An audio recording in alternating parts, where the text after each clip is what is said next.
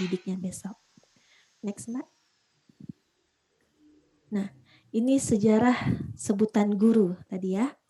Nah, sebutan kata guru ini sudah dikenal dari zaman dahulu, yaitu pada zaman pra-Hindu Buddha, disebut dengan pertapa. Nah, siapa pertapa ini? Bagaimana pertapa ini? Bisa Anda lihat di gambar ya, pertapa itu seperti apa? Apa sebutan pertapa itu? Yaitu orang yang menjauhi diri dari kehidupan duniawi dan berdiam di suatu tempat untuk merenung. Artinya di sana dia adalah sosok yang betul-betul menepikan kehidupan dunia, ya, kemudian mentadaburi dirinya, gitu ya. Jadi seorang sosok pertapa ini adalah orang yang kemudian diminta pemikirannya, diminta nasihatnya, diminta pandangannya untuk kehidupan. Lalu beralih kepada masa kerajaan Hindu-Buddha, di sana ada sebutan begawan.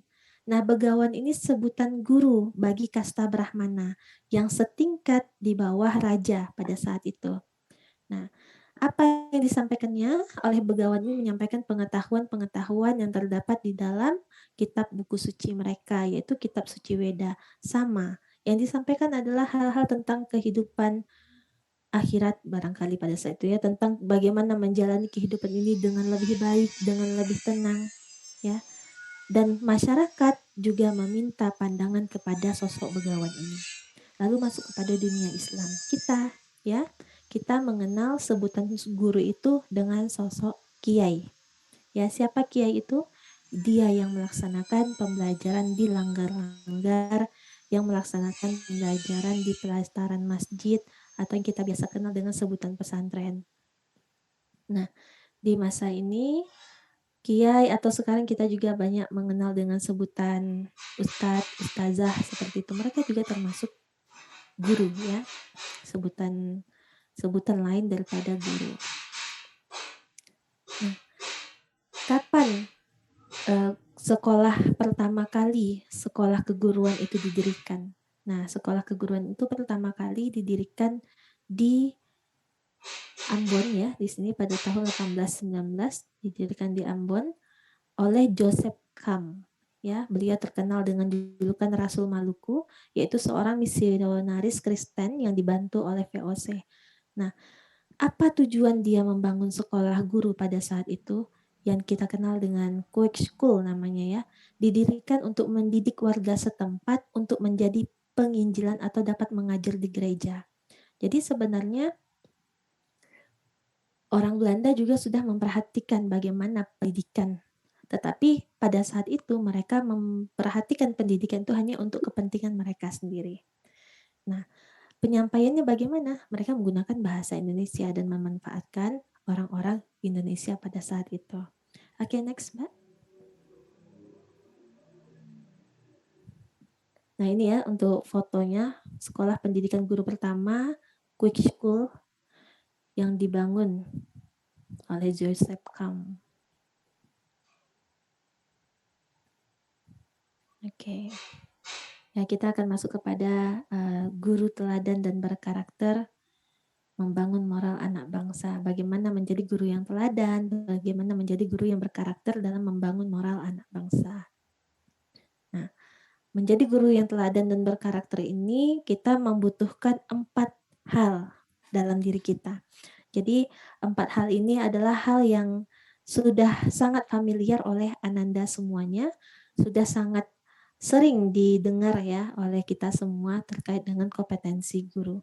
Jadi ada 4 kompetensi guru. Seorang guru profesional itu harus mampu mencerminkan keempat hal ini dalam kehidupannya ya, dalam proses pembelajaran di kelas di sekolah.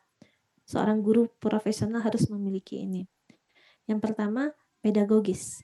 Ya, di sini guru harus bisa memahami peserta didiknya, mengenal peserta didiknya. Bagaimana karakter peserta didik, kemudian apa kebutuhan peserta didik, ya, kemudian membuat perencanaan-perencanaan pembelajaran, membuat pelaksanaan pembelajaran, kemudian membuat evaluasi pembelajaran, dan membuat pengembangan dalam kegiatan proses pembelajaran. Jadi seorang guru yang harus memiliki karakter, harus memiliki syarat pedagogis ini. Kalau dalam dunia PAUD, apa yang harus dilakukan oleh seorang pendidik? Ya, selain daripada hal ini. Ada yang tahu?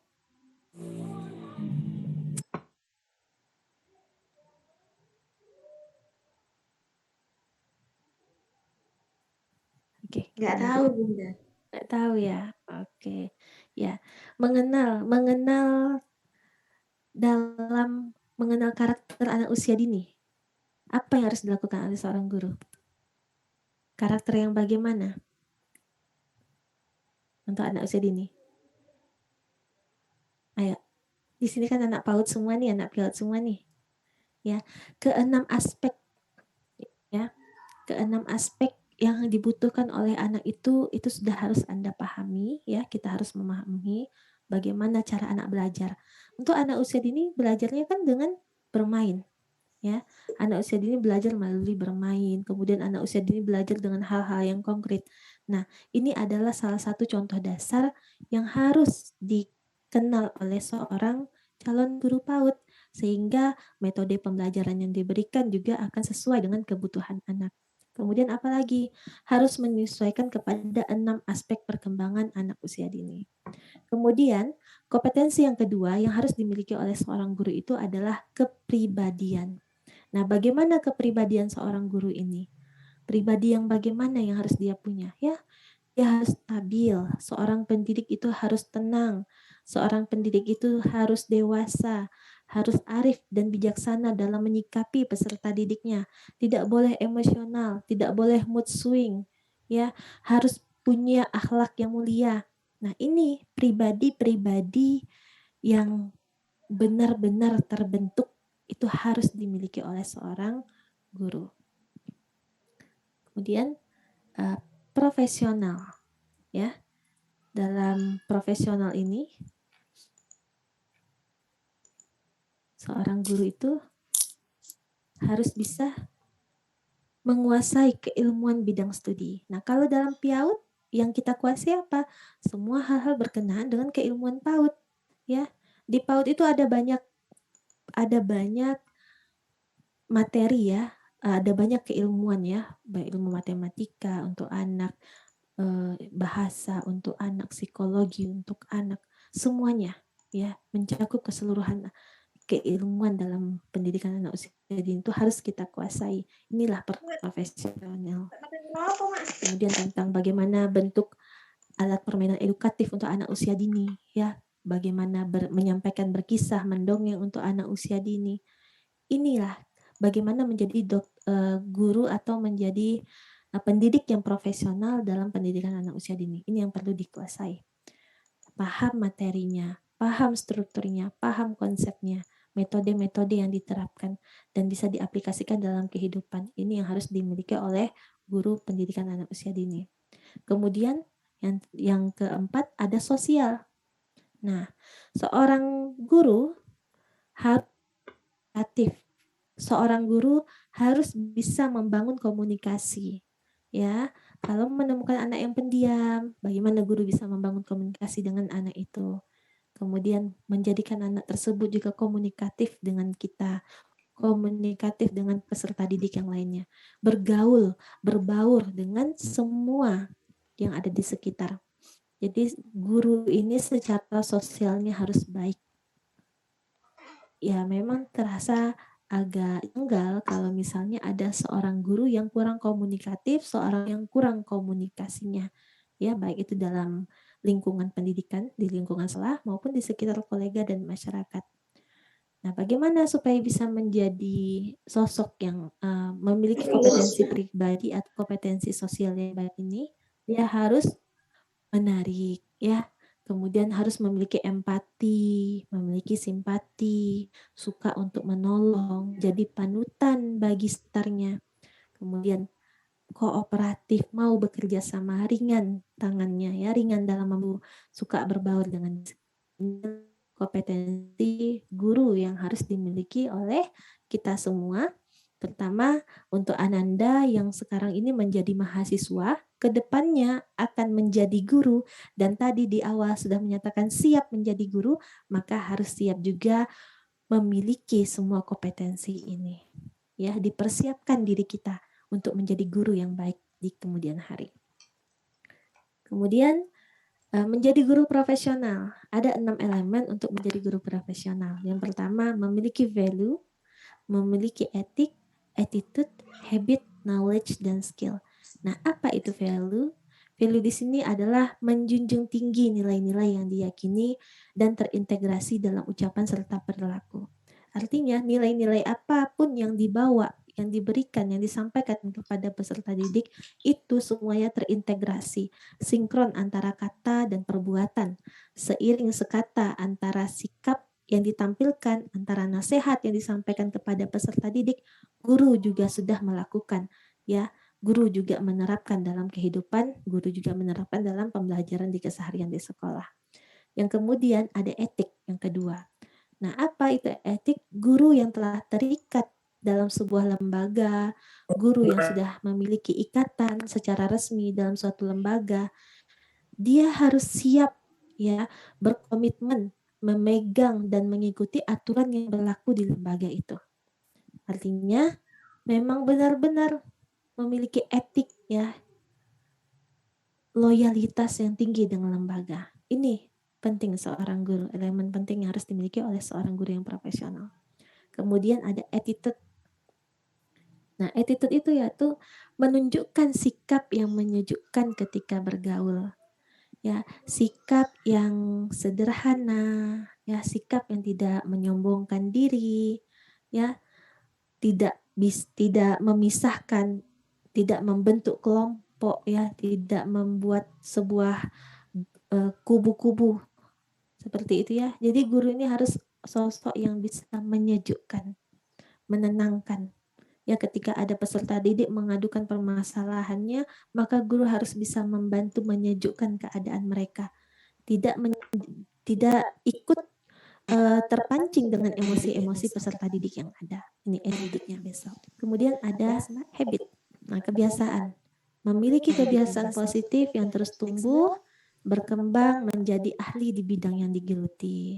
Ini penting ya, Anda semuanya sebagai calon guru selalu bentuk kebiasaan positif dari sekarang, disiplin diri, kemudian belajar ya, terus upgrade diri, terus membaca artikel-artikel, kemudian belajar untuk mulai dari sekarang menulis ya untuk kepentingan Anda nanti ke depannya untuk bisa menganalisa keadaan, menganalisa hasil bacaan dan lain sebagainya. Nah, kemudian ada knowledge, menguasai pengetahuan terkait dengan tanggung jawab profesinya. Apa profesi yang Anda tekuni besok? Anda harus menguasai pengetahuan terkait dengan tanggung jawab profesi itu. Menjadi seorang guru PAUD artinya kuasai semua ilmu-ilmu yang berkenaan dengan kepaudan. Ya, kalau misalnya besok Anda ternyata terjun di dunia anak berkebutuhan khusus, kuasai semua hal tentang anak berkebutuhan khusus. Apa yang dibutuhkan untuk anak-anak berkebutuhan khusus. Itu. Jadi jangan sampai kita tidak memahami dan tidak mengerti profesi kita, tanggung jawab kita sebagai seorang guru. Kemudian yang terakhir adalah mempunyai keterampilan yang mumpuni, skill. Ya, skill di sini mampu, terutama mampu menyelesaikan permasalahan yang menjadi tanggung jawabnya. Itu harus ada. Nah, lanjut di dalam tabel ini ya, kita bisa melihat guru profesional itu ditandai dengan kepemilikan sertifikat pendidik. Ya, benar yang disampaikan oleh Bapak pemateri yang pertama tadi. Nah, sertifikat pendidik ini sebagai bukti bahwasanya seseorang itu sudah profesional. Nah, bagaimana mendapatkan itu? Maka ya kita lewatilah prosesnya ya. Kita lalui prosedurnya. Ada UKG yang nanti bisa diikuti ketika Anda menjadi guru. Ada penilaian yang harus dilakukan, yang harus didapatkan oleh guru, ya, PK guru. Kemudian ada proses PKB, ya, proses PKB yang harus dilalui, ya, membuat berbagai macam pengembangan diri, karya ilmiah. Ya, ini adalah tugas-tugas yang dilakukan oleh seorang guru profesional. Oke. Nah, tadi menjadi guru yang profesional. Nah, sekarang bagaimana menjadi guru PAUD atau guru PIAUD yang ideal? Jadi, saya di sini mengambil ideal. Ada banyak sekali sebenarnya karakteristik, namun saya memilih di sini ikhlas. Ya, bagaimana menjadi guru yang ikhlas? Ya, guru yang sabar menghadapi peserta didik yang setiap hari datang pagi, ya, ikhlas Anda datang pagi jam 6 sudah ada di sekolah. Nah, begitu peraturan dari sekolah misalnya kan. Jam 6 Bunda sudah harus di sekolah ya. Kita berdiri di depan pagar lalu kita menyambut peserta didik kita. Nah, bagaimana menumbuhkan rasa ikhlas itu? Nah, ini yang harus dibentuk dulu. Ya, sabar, kemudian bertanggung jawab dengan tugas-tugas yang diberikan, menyambut anak setiap pagi, kemudian harus pulang terakhir. Setelah anak pulang, kita masih harus menyelesaikan semua tanggung jawab di sekolah, membuat berbagai macam media-media pembelajaran, ya, kemudian membuat berbagai macam perencanaan dan lain sebagainya yang harus kita persiapkan untuk esok hari. Nah, ini melatih ikhlas pada diri. Ini yang pertama. Kemudian D-nya ada divergen, yaitu mampu memecahkan masalah, berpikir, dan bersikap, memiliki sikap yang kreatif. Nah, memiliki konsep berpikir divergen, ya, berpikir dengan kemampuan otak kanan. Nah, ini guru TK itu harus kreatif. Guru TK itu harus punya 1001 cara untuk menyelesaikan permasalahan yang ada di TK.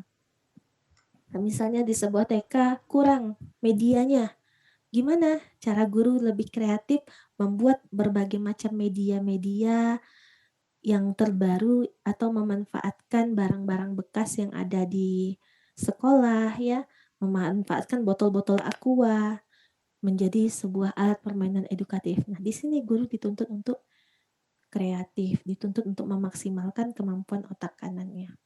Kemudian ada empati. Nah, empati di sini guru harus punya jiwa yang penuh dengan kasih sayang, ya, punya simpati yang tinggi, mampu merasakan kesedihan, mampu merasakan apa yang dirasakan oleh orang lain. Jadi guru tidak boleh bersikap acuh, ya, guru tidak boleh bersikap cuai dengan peserta didik. Guru harus punya empati yang tinggi, ya, di lingkungan sekolah, terutama kepada anak usia dini. Lalu A-nya ada adil, ada aktif dan kreatif.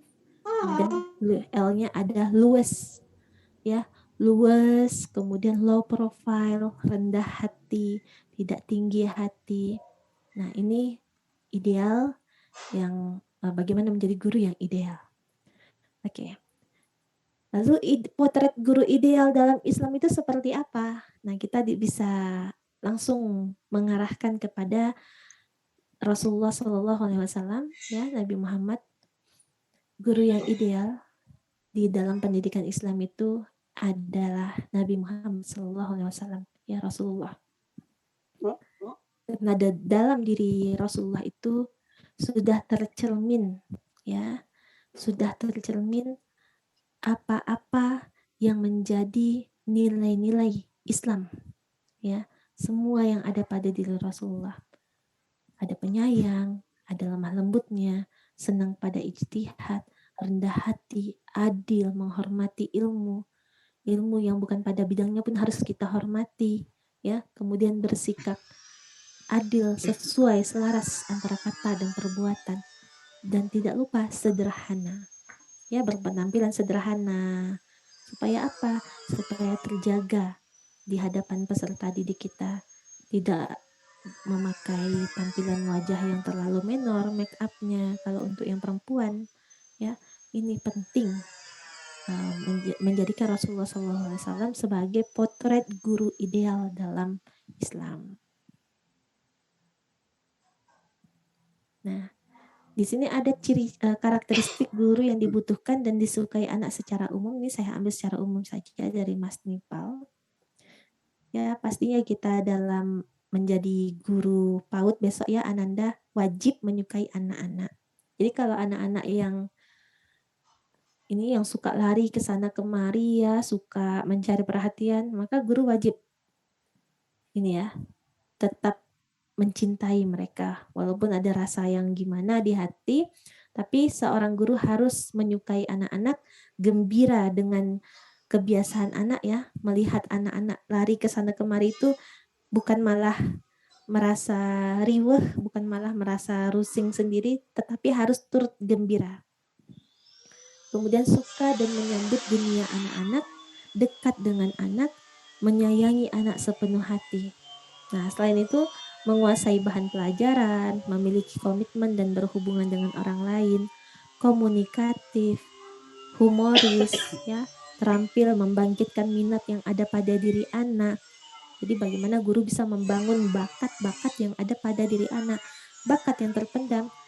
Bagaimana seorang guru bisa melihat bakat yang terpendam pada diri anak, menguasai ilmu pengetahuan pada bidangnya, terutama untuk kepaudan, punya kepribadian yang matang, ya, kepribadian yang matang itu harus diolah dengan ibadah, juga dikelola dengan spiritual kita, kemudian berpikir sistematis, berwawasan luas, ya, dalam kegiatan seminar internasional ini juga termasuk Anda meningkatkan wawasan Ananda, ya, mengikuti berbagai macam webinar-webinar ini termasuk meningkatkan wawasan Anda.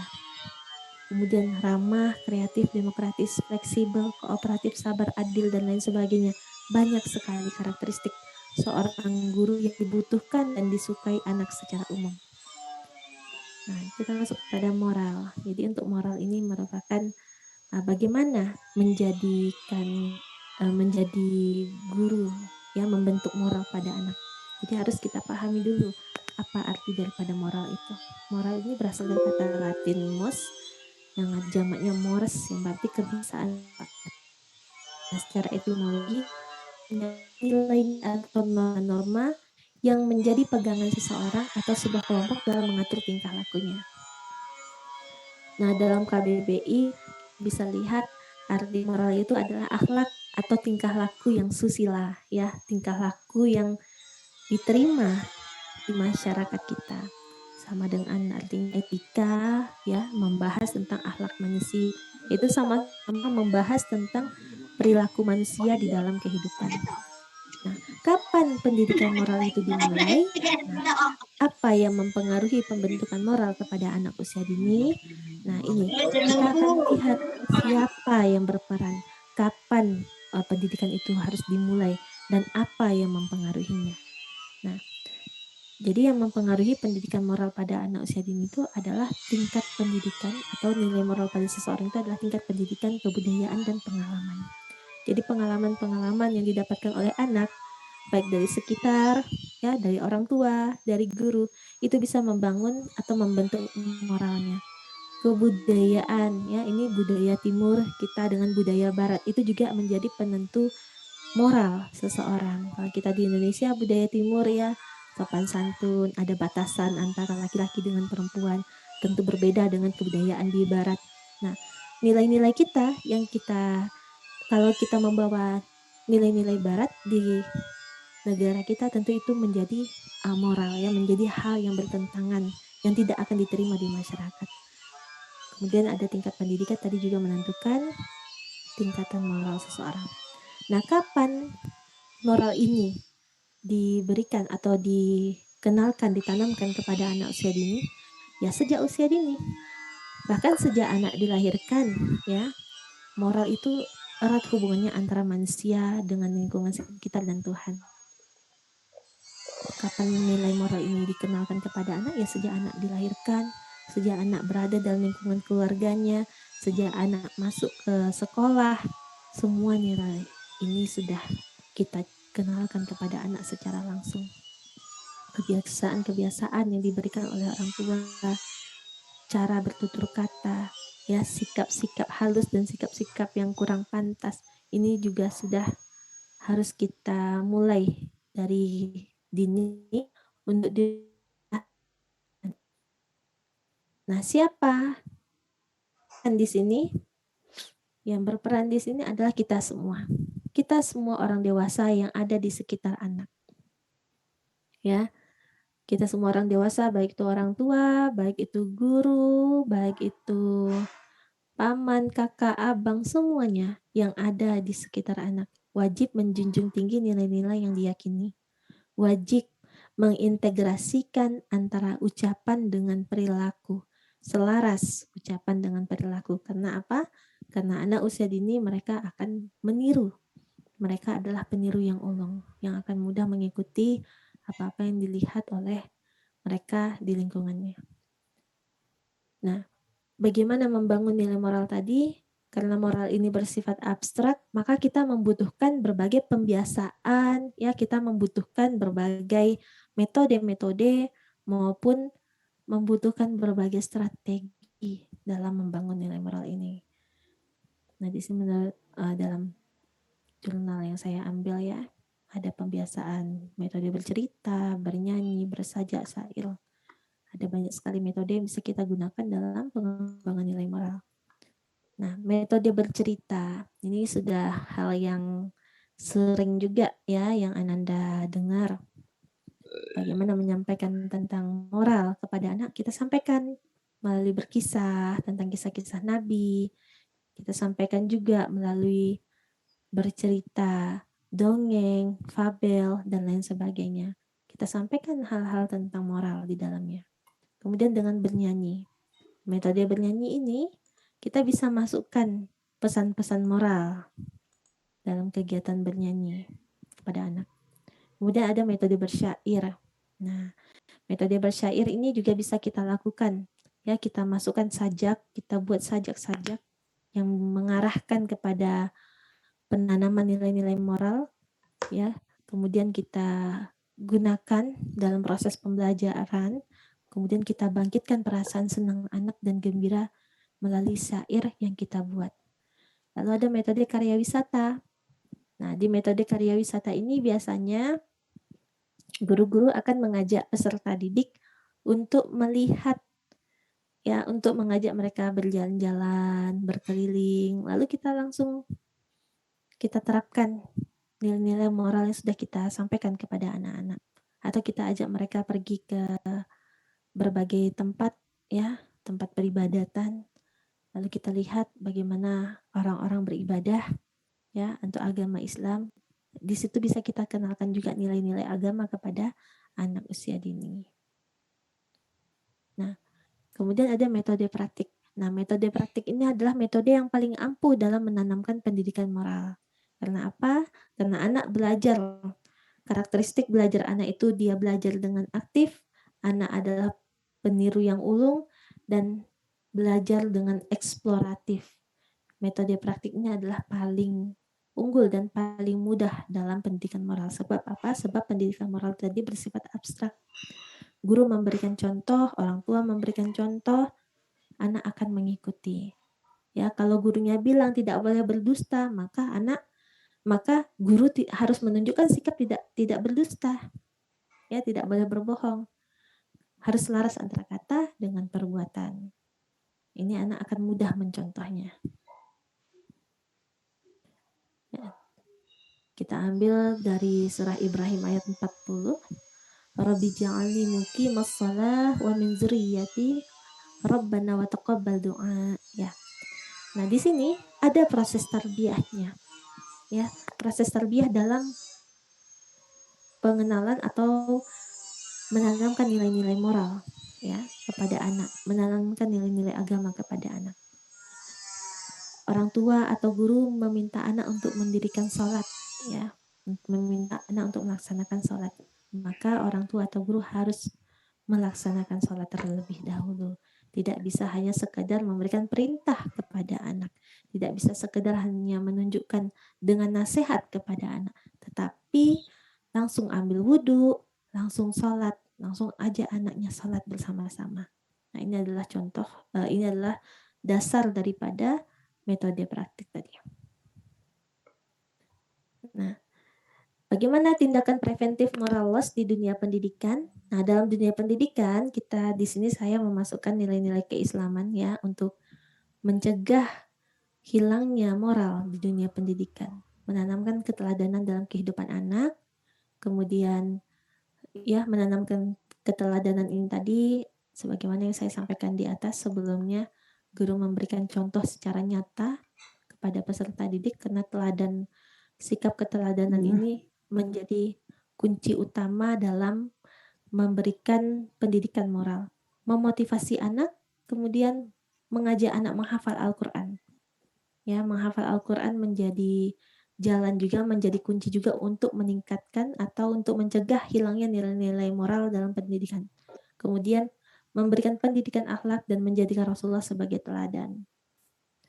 Ya, jadilah guru yang mampu mendidik dengan nilai-nilai Islam. Ini yang penting. Selain dari itu, Muhammad Atiyah Al-Abrasi juga di dalam kitab Al-Tarbiyah wa Falsafatuhu, ya, di sana ada 5 hal yang disampaikan oleh beliau terkait dengan pengembangan nilai moral, ya. Bagaimana mendidik anak. Pertama, membentuk anak dengan berakhlak mulia, karena tujuan membentuk anak dengan akhlak mulia ini selaras dengan tujuan yang diutus oleh Rasulullah ke muka bumi. Innamal bu'istu liutamma makarimal akhlak. Nah, ini selaras. Kemudian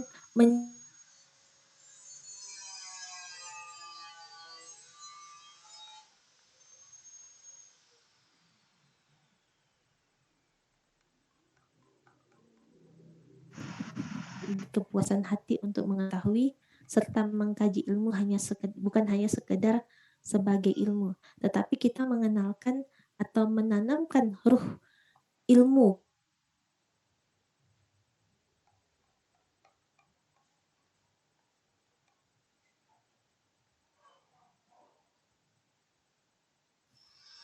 Sepertinya Ibu Nur Hamadia masih ada gangguan jaringan. Bener Bun? Dapurnya? Betul Bunda, sepertinya terjadi. Halo Bunda. Oke, silakan Bu. Oh iya. Iya, tadi terhenti sampai di mana saya tak sadar nih. Sampai menghafal Al-Quran. Oke, menghafal Al-Quran. Ya. Nah, dengan menghafal Al-Quran ya kita melatih anak juga untuk menanamkan nilai-nilai moral ya. Karena di dalam Al-Quran kita ajak anak untuk bertadabbur. Kemudian yang terakhir di sini ada Profesor Muhammad Atiyah Al-Abrasi ya dalam kitab Al-Tarbiyah wal Falsafatuhu. Nah, ada 5 yang disampaikan oleh Profesor ini terkait dengan pembentukan nilai moral kepada anak. Sejalan dengan yang disampaikan oleh Rasulullah ya, berusaha membentuk anak, mendidik anak dengan berakhlakul karimah. Dengan sebagaimana hadis Rasulullah, innamal bu'istu liutammima makarimal akhlak, ya. Jadi sebenarnya sesungguhnya Rasulullah itu diutus untuk membentuk akhlak ya, memperbaiki akhlak manusia di muka bumi ini. Jadi kita wajib mengenalkan nilai-nilai agama kepada anak sejak usia dini. Yang kedua, menyiapkan anak didik agar mampu menjalani kehidupan dunia dan akhirat. Mengenalkan nilai-nilai ibadah ya, mengajak anak untuk sholat, mengenalkan semua tentang karakteristik kepribadian yang baik kepada anak. Kita mempersiapkan anak untuk menjalani kehidupan dunia dan akhirat dengan baik. Kemudian menumbuhkan ruh ilmiah ya. Menumbuhkan ruh ilmiah di sini bukan hanya kita memberikan pembelajaran materi saja, teori saja kepada anak, tetapi kita membangun jiwa anak dengan lebih baik lagi. Nah, kemudian menyiapkan anak didik yang profesional dan menyiapkan anak didik yang dapat memperhatikan kemanfaatan. Oke. Nah, ini terakhir materi dari saya. Kemudian pada slide terakhir, marilah kita sama-sama ya menjadi guru pembimbing ya, bukan hanya sekedar memberikan teori saja, tetapi bisa menjadi seorang motivator dan sebagai inspirator untuk anak-anak kita ya. Selamat Hari Guru Nasional yang kita peringati pada tanggal 25 November kemarin. Semoga sukses untuk Ananda semuanya yang kelak menjadi guru profesional. Amin. Assalamualaikum warahmatullahi wabarakatuh. Waalaikumsalam warahmatullahi wabarakatuh. Terima kasih Ibu Nur Kamelia yang telah memberikan materinya dengan sangat baik dan sangat bermanfaat untuk kita semua. Oke, sesi pertanyaan akan kita mulai.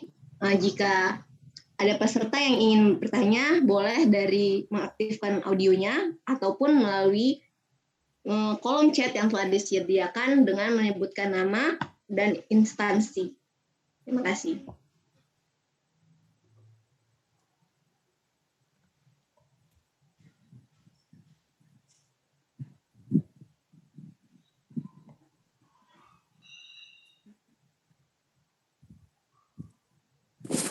Assalamualaikum. Waalaikumsalam Bapak. Ya, saya mau nanyakan. Ya, silakan Bapak sebutkan nama dan asal instansi. Ya. Saya Munazir Hasan dari Abi Umi School di Medan. Saya mau nanyakan tadi ketika saya terakhir ketika 5 aspek menumbuhkan ya berikan kepada anak itu di awalnya adalah tentang moral ya, etika akhlak ya. Tapi tidak disebutkan tentang memperkenalkan ilmu tauhidnya, tentang ketuhanan. Gimana itu, Bu? Mungkin bisa dijelaskan.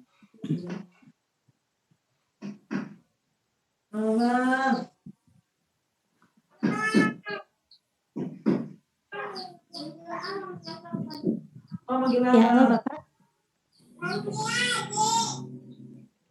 Bapak Munazir bisa coba diulangin lagi sekali lagi Bapak pertanyaannya. Di slide yang keberapa? Oh, slide yang terakhir menurut Profesor tadi, Bu. Lupa Oh, saya. menumbuhkan ruh ilahi ilmiah ini ya, Pak ya. Iya, itu kan yang pertamanya langsung kepada moral ya, pada Rasulullah diutus. Saya tentang nilai tauhid bagaimana? Berarti tentang ketuhanan tidak diperkenalkan di sini ya. Yang pertama ya, memperkenalkan anak kepada Allah itu bagaimana dengan ketauhidannya? Oke, ya mengenalkan anak kepada Allah gitu ya. Mengenalkan Allah kepada anak gitu ya Pak ya. Ya kita mengenalkan nilai-nilai tauhid kepada anak itu ya dari awal ketika anak lahir sebenarnya kita sudah mengenalkan nilai-nilai ketauhidan kepada anak ya dengan mengazankan anak itu. Ya kita azankan anak ketika anak baru lahir. Kemudian sebenarnya nilai-nilai ketauhidan itu juga sudah kita mulai sejak anak masih usia dini di rumah. Ya ketika Bapak melaksanakan sholat gitu kan, ketika Bapak mengaji, sebenarnya itu sudah bentuk daripada mengenalkan nilai-nilai ketauhidan kepada anak. Hanya saja untuk nilai ketauhidan yang kita orang dewasa pahami itu tentu berbeda dengan konsep anak usia dini. Nah, jadi kita kenalkan mereka, kita ajak dia mengaji, kemudian kita ajak dia untuk bersih ya, mencintai kebersihan karena Allah suka sesuatu yang bersih seperti itu. Kemudian kita kenalkan bahwasannya Allah ada ya. Allah itu ada. Buktinya apa? Dengan kita yang diciptakan oleh Allah Subhanahu wa taala, alam semesta yang diciptakan oleh Allah Subhanahu wa taala. Nah, itu bentuk kecil yang kita kenalkan kepada anak usia dini. Nah, kemudian dengan kita mengajak atau menyekolahkan anak ke sekolah pendidikan Islam ya, sekolah pendidikan anak usia dini. Nah, di sekolah tentu guru-guru juga akan memberikan pengenalan kepada anak berupa nilai-nilai ketauhidan seperti hal yang sederhana ya. Tepuk-tepuk ya, seperti tepuk rukun Islam, tepuk rukun iman. Anak tahu, anak familiar terlebih dahulu tentang hal itu. Kemudian nanti kan ketika beranjaknya usia masuk ke pendidikan sekolah dasar, anak juga akan semakin memahami dan mengerti sesuai dengan tingkatan usianya, Bapak. Itu Pak Munzir tadi, Pak Munazir Hasan ya. Terima kasih Bunda. Iya, sama-sama. Baik Ibu Bapak, ini ada pertanyaan dari Rizky Auliani dari Universitas Islam Negeri Sumatera Utara. Pertanyaannya, bagaimana cara terbaik untuk memberikan pendidikan nilai-nilai karakter kepada anak-anak agar membekas di hatinya dan bisa mengaplikasikannya dalam kehidupan sehari-hari? Mohon pencerahannya Bapak dari Bapak Kisno dan Bu Nur Kamelia, pendapat Bapak dan Ibu. Terima kasih. Ya, baik. Terima kasih pertanyaan yang sangat bagus sekali terkait dengan kegiatan hari ini ya. Dari Mbak Rizky ya. Mbak Rizky.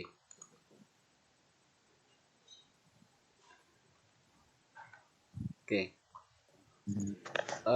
Satu untuk semua ya. Mbak Rizky yang tanya, tapi mudah-mudahan bisa diserap oleh semua peserta. Jadi kalau ditanya cara terbaik, berarti ada yang cara baik, ada cara yang terbaik. Cara yang paling terbaik itu untuk memberikan pendidikan atau nilai-nilai karakter pada siswa tidak lain dan tidak bukan adalah dengan contoh ya, dengan contoh dan teladan tentunya. Dan contoh dan teladan ini yang pertama bagaimana cara kita mampu untuk membiasakan, karena kalau untuk mengajarkan karakter itu pasti sulit ya. Karena karakter itu sebetulnya memang bukan untuk diajarkan tapi untuk dibiasakan. Mulai dari pembiasaan dilakukan secara berkesinambungan, berkelanjutan atau sustainable, ya terus menerus akan menjadi budaya. Ketika sudah menjadi budaya, ini nanti akan menjadi karakter. Nah, kalau sudah melekat, maka di dirinya menjadi orang yang berkarakter. Pun sama dengan diri guru atau mahasiswa atau dosen, ketika dosen atau guru itu terus-menerus melakukan penelitian ya, atau rajin melakukan penelitian, berkesinambungan, konsisten, maka dia akan menjadi sebuah kebiasaan, akhirnya membudaya. Sebentar-sebentar yang dibicarakan ketika ngomong tentang anak, kalau diteliti bagus ini anak ini gitu, kalau diteliti bagus ini model ini, akhirnya menjadi sebuah kebiasaan yang budaya gitu, dan akhirnya dia disebut sebagai dosen peneliti. Ketika mahasiswa, dosen, guru senang mengabdi ya, dilakukan secara terus-menerus, dibiasakan sampai membudaya hingga dia disebut sebagai dosen pengabdi. Pun demikian dengan dosen yang rajin membuat desain-desain pembelajaran. Di sekolahnya guru juga rajin gitu ya, membuat desain pembelajaran, memberikan contoh yang baik kepada guru-guru lain untuk mendesain pembelajaran sebelum pelajaran itu dilaksanakan. Akhirnya dia disebut sebagai guru pendidik atau guru desain pembelajaran yang sangat baik. Ia akan melekat di hati, ia akan melekat menjadi karakter dari seorang yang terus-menerus melakukan sebuah kebiasaan baik dan membudayakan itu hingga ia dikenal sebagai sosok apa yang ia lakukan dan contohkan dalam kehidupan sehari-hari itu. Nah, itu contoh dan teladan untuk bisa menjadikan diri sebagai orang yang berkarakter karena pembiasaannya, karena budayanya hingga melekat di hati, dan kemudian dia mampu disebut atau mampu membranding dirinya ya dengan karakter itu.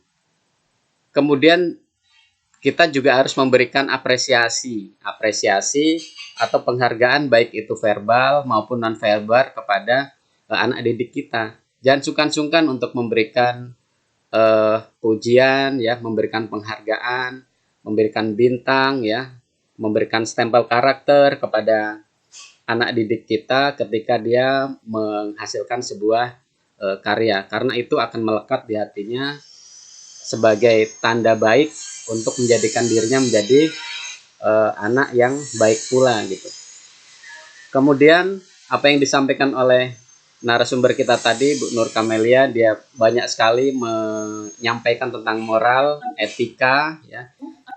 Saat mengajar memang sangat penting sekali untuk menyelipkan nilai-nilai moral yang harus disampaikan kepada anak didik kita. Kita akui sekarang ini sudah tidak ada lagi kan yang namanya pendidikan moral Pancasila. Sekarang berganti dengan pendidikan kewarganegaraan atau pendidikan Pancasila dan keluarga negaraan. Zaman saya sekolah dulu masih ada pendidikan moral Pancasila yang dikaji banyak sekali moral-moral di sana. Dan sekarang kita kalau sudah tidak ada lagi pelajaran moralnya, maka kita harus mencari persamaan dari moral itu apa, etika. Oke, etika itu apa? Akhlak. Artinya itu sama bagaimana kita mengajarkan moral kepada anak dan harus diselipkan di sela-sela pembelajaran kita. Yang tidak kalah penting adalah jujur, ya, jujur. Sebagaimana sifat-sifat Nabi itu, 4 sifat Nabi itu juga bisa kita miliki, ya, walaupun kita tidak sesempurna Nabi, tapi paling tidak ajaran-ajarannya, suri tauladanya bisa kita implementasikan dalam kehidupan sehari-hari sebagai guru. Dan terakhir adalah mampu menginspirasi atau kita sebagai inspirator pada murid-murid kita. Itu terima kasih. Assalamualaikum. Waalaikumsalam. Iya, sudah lengkap sekali ya jawaban dari Bapak Kisno ya untuk Ananda tadi terkait dengan bagaimana menanamkan nilai-nilai karakter agar menjadi lebih kokoh dan kuat pada peserta didik itu. Jadi yang pertama selain dari keteladanan dan lain sebagainya itu, gurunya lah yang pertama kali yang terpenting di sini ya. Karena pribadi guru itu menjadi penentu ya dari 4 kompetensi tadi ya, selain profesional ya ada kompetensi sosial, kompetensi kepribadian. Nah, ini menjadi kita ingat dulu anak ini belajarnya dengan cara yang bagaimana. Yang kita ketahui bersama anak itu dia peniru yang ulung, anak itu fotokopi yang ulung. Ya, apa yang dia lihat, yang dia rekam, apa yang dia dengar, itulah yang akan dilakukan oleh anak. Jadi harus berhati-hati. Maka kenapa seorang guru itu menjadi yang digugu, yang ditiru, ya itu tadi berat menjadi guru sebenarnya. Ya, kalau menjadi dosen mungkin barangkali ya sama berat ya Pak ya. Tetapi ananda kita yang dihadapi kan mahasiswa. Mahasiswa ini sudah bisa mencerna pemikiran, mereka sudah bisa menganalisa, Anda kan bisa menganalisa, melihat, bisa memilih, oh dosen ini begini, dosen A begini. Tapi kalau untuk anak usia dini, mereka belum bisa untuk memilah. Ya, anak usia dini mereka, yang pertama, dia melihat, apa yang dia lihat, itu yang direkamnya, kemudian dia penasaran, itu akan dieksplorasinya, dan dia akan melakukan. Nah, ini makanya berhati-hati. Maka yang pertama adalah bentuklah pribadi Anda terlebih dahulu. Menjadi mahasiswa, bentuklah pribadi yang baik, ya pribadi yang bisa tanamkan dalam diri saya adalah uswatun hasanah. Saya adalah orang yang bisa menjadi contoh yang baik buat orang di sekitar saya. Ya, kalau saya tidak bisa memberikan perubahan, kebaikan buat yang lain, saya rubah dulu diri saya supaya bisa menjadi guru yang baik untuk anak-anak. Nah, hadirkan diri kita bisa memberikan hikmah buat orang lain. Nah, itu yang pertama kita tanamkan. Jadi insya Allah ketika Anda menjadi guru besok, hal ini akan mudah dilaksanakan karena yang pertama dilihat anak itu adalah guru. Oke, itu tambahan sedikit dari saya. Terima kasih Bapak dan Ibu atas jawabannya ya. Sungguh sangat memberi masukan kepada kami-kami yang masih muda dan akan menjadi calon guru di masa depan. Amin. Selanjutnya ada pertanyaan lagi nih Bapak dan Ibu dari Tina Hermilia dari Prodi PIAUD Sains Sultan Abdurrahman Kepulauan Riau. Pertanyaannya adalah, mengapa keteladanan seorang guru memiliki peranan penting bagi keberlangsungan peserta didik? Silakan dijawab Bapak dan Ibu. Terima kasih. Iya. Ya, oke. Jadi karena keteladanan itu adalah keyword, ya adalah kunci, maka penting untuk diterapkan mulai dari guru itu sendiri dan tentunya akan dicontoh oleh peserta didiknya. Kenapa penting? Ya, kenapa itu sebagai kata kunci atau keyword? Karena memang dengan keteladanan itu anak-anak mudah menerima dari apa yang disampaikan.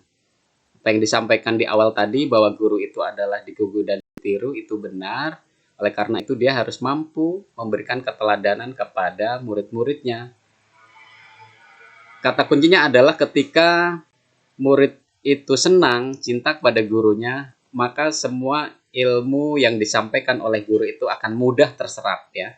Sama persis dengan kami juga ketika senang kepada guru kepada dosennya, semua apa yang disampaikan oleh dosen itu mudah diterima oleh hati pikiran kita, dan untuk mengimplementasikannya juga atau mempraktekannya juga mudah begitu. Nah, akan berbanding terbalik ketika kita sudah diawali dengan ketidaksukaan ya. Itu juga akan sulit diterima semua ilmu yang disampaikan oleh guru-guru kita.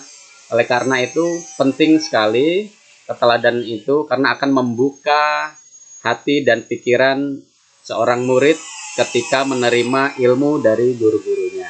Itu dari saya, mungkin ada tambahan dari Mbak Nur Kamelia. Terima kasih. Baik, terima kasih Pak. Iya, sepertinya sama ya Mbak ya. Untuk pertanyaan dari siapa tadi, mahasiswa STEM Kepri ya? Mbak Vina Hermilia. Oke Mbak Vina. Ya sama ya. Guru itu memiliki peran penting. Ya tadi Pak Gesno mempertegas lagi dengan satu kata kunci tambahan. Pak Gesno selalu punya kata kunci nampaknya ya. Jadi yang Anda perlu catatan nih. Ya, kalau gurunya disenangi oleh anak, maka apapun yang disampaikan oleh guru itu akan mudah masuk ke dalam hati anak, akan mudah untuk dicerna oleh anak, akan mudah untuk dilakukan oleh anak. Karena apa? Anak akan ingat, oh, ibu guru ini tidak suka kalau anaknya berbohong. Ya, dalam konsep pembelajaran di sekolah-sekolah mungkin kita tidak mengenalkan tentang pembelajaran moral ya Pak ya, karena tidak ada lagi tentang pembelajaran moral itu kalau untuk sekolah dasar. Tetapi kita dalam pendidikan anak usia dini, kita punya aspek pengembangan nilai moral dan agama. Nah, disinilah peranan kita mengembangkan nilai moral dan nilai agama untuk anak usia dini. Nah, kemudian mengapa keteladanan seorang guru memiliki peranan penting? Ya jelas, ya karena gurulah yang akan menjadi guru yang akan menjadi orang pertama yang dilihat anak di sekolah setelah anak dari rumah. Kalau di rumah, anak akan melihat orang tua, di rumah anak akan meniru orang tua, tetapi kalau di sekolah, guru adalah orang tua kedua yang dilihat oleh anak, yang ditiru oleh anak. Maka guru memiliki peranan penting, bukan hanya dalam keteladanan saja. Dalam semua aspek yang ada dalam diri guru itu menjadi peranan penting dalam keberlangsungan peserta didik ya, pembelajaran dan pendidikan di sekolah. Oke, saya kembalikan kepada moderator. Terima kasih Ibu. Ini masih banyak lagi Bu. Ada 2 pertanyaan lagi dari Nanik Saubika dari Pontianak. Izin bertanya, bagaimana sebagai wanita bekerja untuk tetap selalu bisa memberikan teladan baik untuk balita kita yang dititipkan di lembaga penitipan pada jam kerja kita dari jam 7 pagi sampai 5 sore. Bagaimana Bapak, Ibu, dan jawaban dari Bapak, Mungkin Ibu? Pak Kisto bisa memberikan jawaban terlebih dahulu ya Pak ya, kalau ini terkait dengan anak nampaknya yang dititipkan di lembaga. Oh iya, Bu Nani ya, Mbak Nani apa Bu Nani? Bagaimana sebagai wanita bekerja ya? Oke, ini Bu Nur Kamila juga kan wanita bekerja ini ya. Kalau punya anak, anaknya kemudian ya sibuk di rumah, nggak punya yang bantu di rumah ya. Kemudian biasanya kita menitipkan ke ibu kita, orang tua kita, tapi ternyata di rumah tidak ada tempat untuk penitipan, maka solusi terbaik karena banyak sekali fasilitas-fasilitas atau jasa yang menawarkan daycare misalnya ya, atau tempat penitipan anak. Ini lumayan lama nih durasinya, dari jam 7 sampai jam 5 nggak ketemu nih ya. Kita pulang sampai malam, terkadang sampai jam 5 sore, ini jam 7, lumayan lama nih. Rasa kangen dan rindunya pasti segera terobati ketika ketemu. Mahasiswa sekalian, Bapak Ibu peserta, ini memang hal yang berat bagi orang tua. Saya selaku orang tua, dan ini bercerita tentang pribadi saya sendiri, berbagi pengalaman. Saya studi di Jakarta, istri studi di Bandung, anak 3, tidak ada yang ngomong ya, nggak ada yang ngomong. sering saya bawa ke kampus. Kadang saya antar ke Bandung. Jadi saya berdua ini momong anak 3. Dan kalau di Tuhan kasih rezeki lagi keempat gitu ya. Dan seterusnya. Dan akhirnya kami bersepakat ya. Ini adalah tentang kesepakatan ya. Termasuk walaupun ini adalah karunia Allah ya yang dititipkan pada kita, semua atas dasar kesepakatan antara suami dan istri.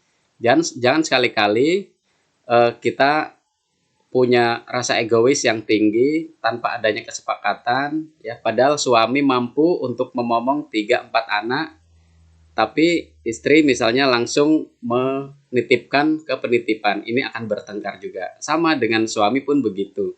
Oleh karena itu, apa yang dilakukan oleh suami dan istri yang sudah dikarunia oleh anak lebih dari 1, 2, 3 dan seterusnya, ini tetap harus dibicarakan. Nah, bagaimana sebagai wanita bekerja untuk tetap selalu bisa memberikan teladan baik untuk balita kita yang dititipkan di lembaga penitipan pada jam kerja kita dari jam 7 pagi sampai 5 sore. Kita belajar dari Ki Hajar Dewantara, itu ada namanya tri pusat atau trilogi pendidikan. Pertama, pendidikan di rumah. Kedua, pendidikan di sekolah. Ketiga, pendidikan di masyarakat. Walaupun dari jam 7 sampai jam 5 sore, kalau anak kita dititipkan ke tempat penitipan anak atau daycare, tentunya kita punya waktu dari jam 5 sore itu sampai jam 7 pagi.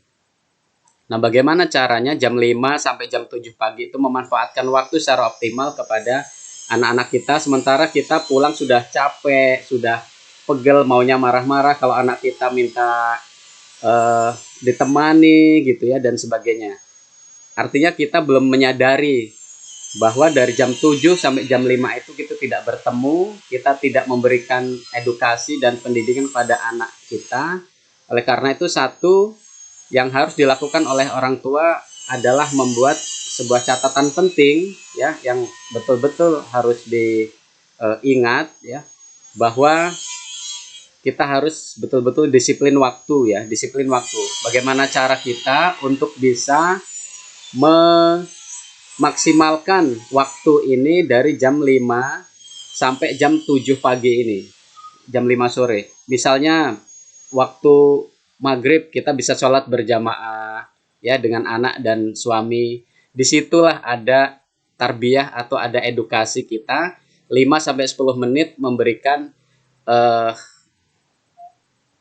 pendidikan kepada anak kita melalui suami kita, atau kita secara langsung mengajarkan mengaji kepada anak kita. Itu satu. Yang kedua, malam kita batasi untuk nonton TV, main HP dan sebagainya, dan kita tetap bercengkrama dengan baik dengan anak-anak kita.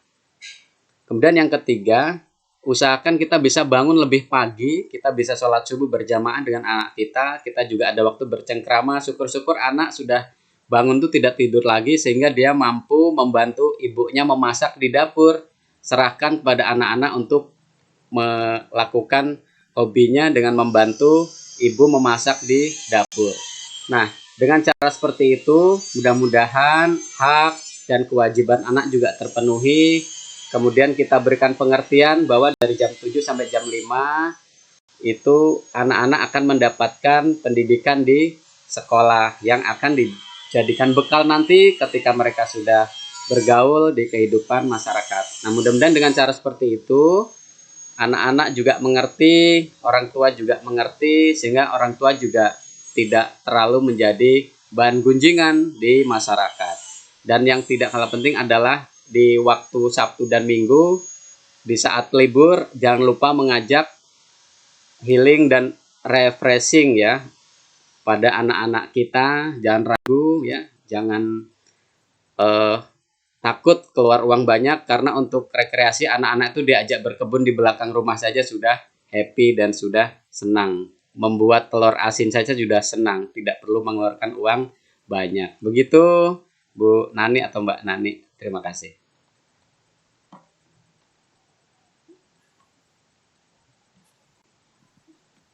Ya, sepertinya jawaban dari Pak Kirtuno sudah sangat-sangat mewakili ya. Di sini juga saya lihat ada pertanyaan yang sama dari Mbak Sinta Nuria. Untuk pertanyaan terkait dengan membagi Wanita waktu ya. karir. Mbak Dewanti di sini ya. Mbak Dewanti tentang elektronik. Ya, itu tadi perwakilan karena ya berhubung mungkin kalau saya pengalamannya untuk mengasuh adik ya Pak ya. Kalau untuk mengasuh anak belum. Jadi luar biasa pengalaman dari Pak Kisno, itu juga bisa jadi pembelajaran untuk saya sendiri. Sejauh ini saya tahu secara teorinya ya, tetapi kalau kita mau mengantisipasi atau memberikan pendidikan karakter kepada anak, apalagi dengan rentang waktu yang jauh ya Pak ya, saya belum merasakan, tetapi mudah-mudahan nanti saya bisa bijaksana dengan apa yang bisa saya berikan untuk anak-anak saya ke depannya. Jadi jam 7 pagi sampai jam 5 sore itu merupakan waktu yang cukup jauh ya untuk melihat bagaimana anak ini tumbuh kembangnya.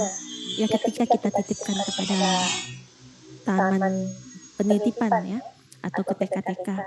Nah, yang pertama mungkin perlu kita perhatikan tempat yang kita titipkan anak kita. Ya, apakah sudah cukup sesuai dengan yang kita inginkan ya, baik dari nilai pendidikan keislamannya, baik dari segi keamanan dan lain sebagainya.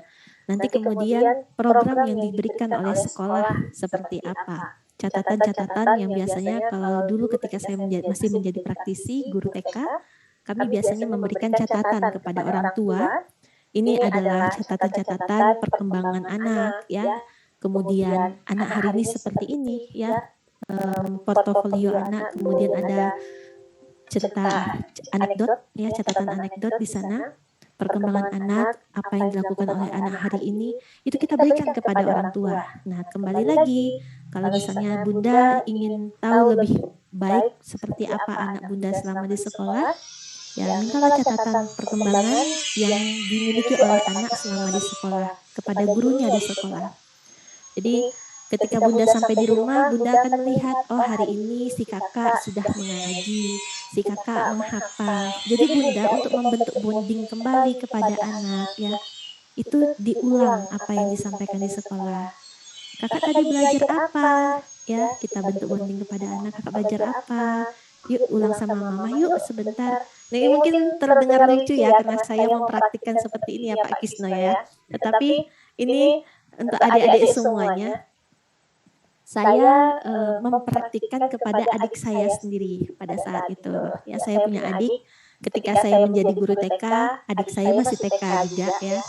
Saya praktikkan karena ya memang kondisi kami seperti itu, kondisi saya punya adik, kami sudah tidak punya orang tua, saya kakak sekaligus ibu buat adik-adik saya. Nah, itu yang saya praktikkan. Kemudian yang kita setiap maghrib tentu ada maghrib mengaji. Nah, ini kita bisa membentuk bonding juga kepada anak, menanamkan nilai-nilai karakter ya. Ketika makan kita juga bisa sering memberikan nasihat kepada anak secara tidak langsung, itu juga bisa. Ini karena ketika di kondisi santai demikian ya, atau ketika kita mengajak anak yang seperti Pak Kisno sampaikan tadi, ajak anak jalan-jalan. Nah, itu kan bentuk dari membentuk bonding juga.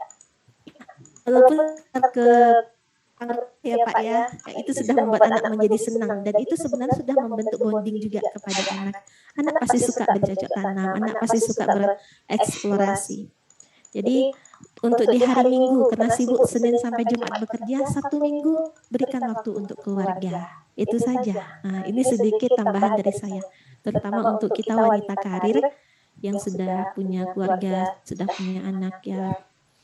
Memang harus lebih bijaksana membagi waktu untuk keluarga dan juga untuk pekerjaan. Ya, kalau memang bisa pekerjaan di kantor, selesaikan di kantor, di rumah ya kita fokus kepada keluarga.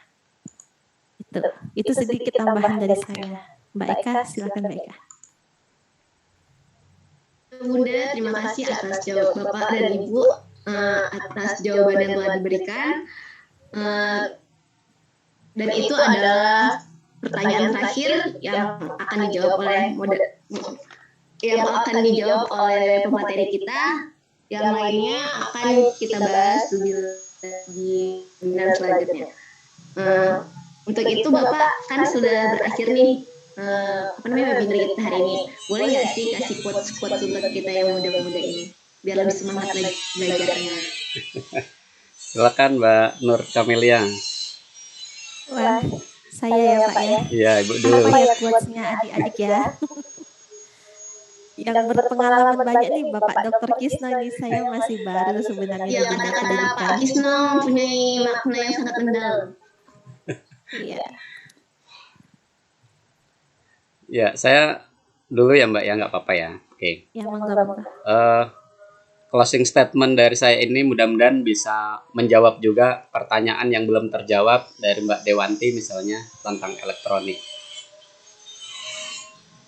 Jadi ketika semua orang sudah punya kulkas, apakah masih laku untuk menjual es batu?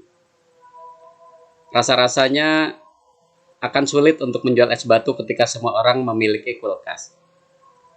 Ketika Google sudah menjadi ajang tempat pencarian ilmu, apakah masih laku orang-orang yang menjual buku tentang ensiklopedia?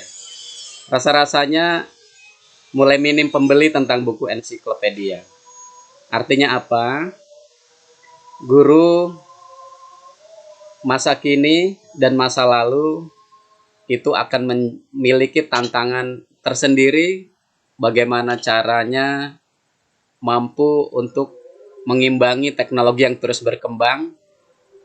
Mulai dari 4.0 yang belum selesai, kita sudah akan dihadapkan kepada 5.0 atau era society, di mana di Jepang itu sudah diterapkan, tapi di kita baru mau belajar. Oleh karena itu, teman-teman yang ada di Zoom ini khususnya, mari kita sadari bahwa ada saatnya kita menjadi murid, ada saatnya kita menjadi guru. Belajar dengan siapapun, anak kecil sekalipun, ya, newcomer sekalipun, akan mendapatkan ilmu dan hikmah yang besar untuk kita menjadi orang-orang yang lebih arif, bijaksana, dan mampu untuk diteladani oleh peserta didik. Terima kasih.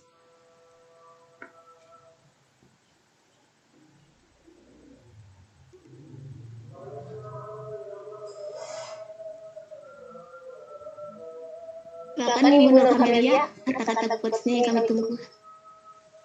Apa kata-kata quote saya ya? Ya, saya sederhana saja Mbak. Tetaplah menjadi dirimu, ya, tetaplah menjadi pribadi yang bisa memberikan hikmah dan manfaat buat orang banyak. Itu aja. Berpenampilan sederhana, tidak perlu terkecoh dengan dunia yang sudah semakin wah ya. Tapi tetap menjadi pribadi yang sederhana, pribadi yang bisa memberikan hikmah dan manfaat buat orang banyak. Itu saja dari saya, sedikit saja. Ya. Ya, terima kasih Bapak dan Ibu atas quotes yang sangat bermanfaat dan membangun untuk kami-kami ini. Dengan demikian, berakhirlah webinar kita hari ini. Mohon maaf jika ada salah-salah kata dan pengucapan-pengucapan yang tidak sesuai pada tempatnya. Saya akhiri dengan wassalamualaikum warahmatullahi wabarakatuh. Waalaikumsalam warahmatullahi wabarakatuh. Ada sesi Untuk tanya? Kamelia ada salam dari Pak Habib untuk Ibu. Mana Pak Habibnya? Pak Habibnya lagi undangan kayaknya Bu. Oh iya, waalaikumsalam warahmatullahi wabarakatuh. Boleh Bapak Ibu sebelum kita keluar dari sekali lagi kita ambil foto untuk dokumentasi kita. Boleh silakan aktifkan kameranya.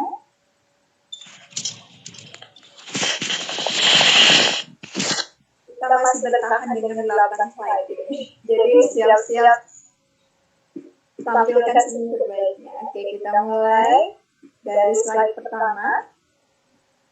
1, 2, 3.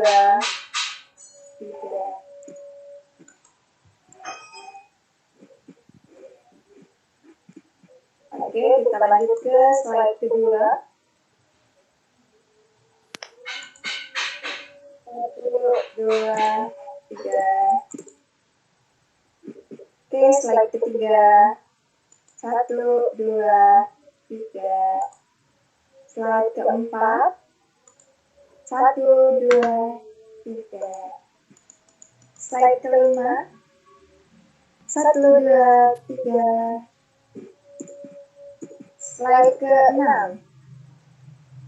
1, 2, 3. Oke, slide ke-7. 1, 2, 3. Slide terakhir, slide ke-8. 1, 2, 3.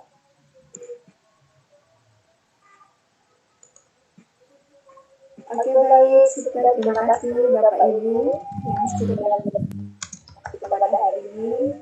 Terima kasih saya ucapkan kepada Bapak Isnom selaku pemateri pada hari ini. Selanjutnya Bunda Pamilia. Juga terima kasih sudah bersama kegiatan ini. Semoga diberikan bisa bermanfaat bagi kita semua, bisa menambah ilmu pengetahuan kita.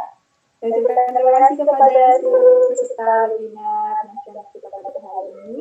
Untuk informasi daftar hadir dan juga materi ini, boleh silakan ada di Zoom dan nanti kita bagikan juga di grup WhatsApp. Terima kasih ya. Terima kasih buat semua Mbak Terima Kamelia. kasih. Mudah-mudahan Ya, next time terima bisa kasih, main Pak. ke UIN di Riau ya. Saya punya teman di ini Pak, di IAIN Metro, Oh iya. Mbak Nurul Aini. Nurul PG Aini. kita, Pak. Ya. PG. Iya. Ya, oke. Kenapa Pak ya? Ya, nanti disampaikan. Sampaikan salam Pak ya. Insya Allah. Angge. Ya, terima kasih Pak. Mudah-mudahan kita bisa, ini ada MOU juga ya kayaknya Pak ya dari Amin. IAIN Metro dan Iya. Bu Mensuka untuk pialutnya khususnya. Siap. Ya. Oke. Makasih, sampai Terima jumpa kasih, Pak Krisna. di pertemuan yang akan datang. Oke, terima kasih Pak. Izin live. Amin Ya. insyaallah. Assalamualaikum warahmatullahi wabarakatuh. Waalaikumsalam warahmatullahi wabarakatuh. Ya. Terima kasih.